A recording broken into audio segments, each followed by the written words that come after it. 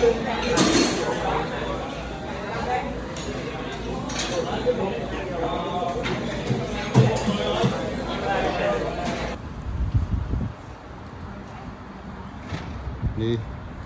China Town กับบ้านเวียดนามี Town กับบ้านบอก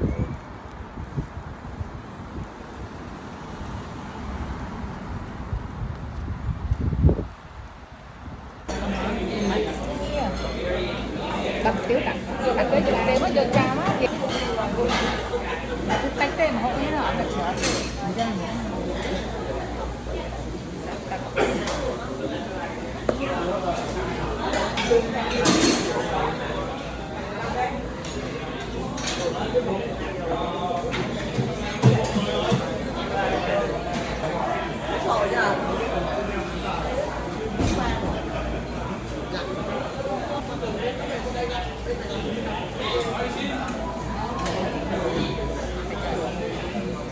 bò đây hả?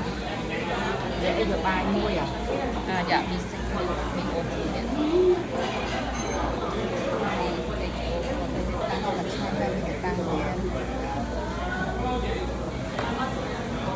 Spring roll những cái là ta phải cho nên những cái những spring roll đó là egg roll one mở mình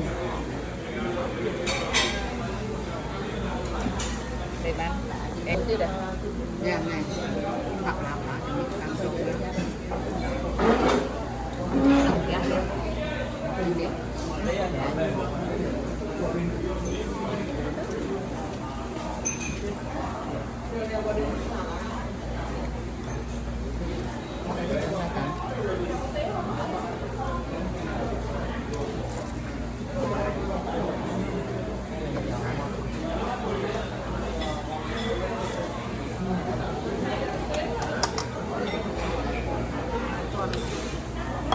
nó lại trang cái thứ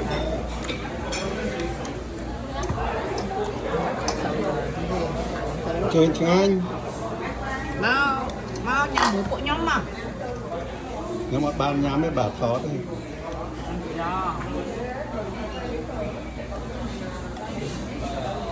จะเป็นเนี่ยตรัสมีตัววิดีโอโหบนตามดู ông ôn thở sấy bây nhé nhám cà tiêu nhám phở nhám bò ôm hay restaurant Việt Nam ตัวอีกทีจังเขาจะทำแบบนั้นทำแบบนี้แต่ทำแบบนั้นเอง nó có cuốn lắm thế yên tâm men hơi có ho đặt hơi con thử anh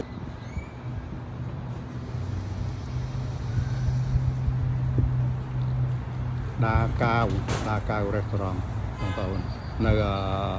Houston Texas ของเขา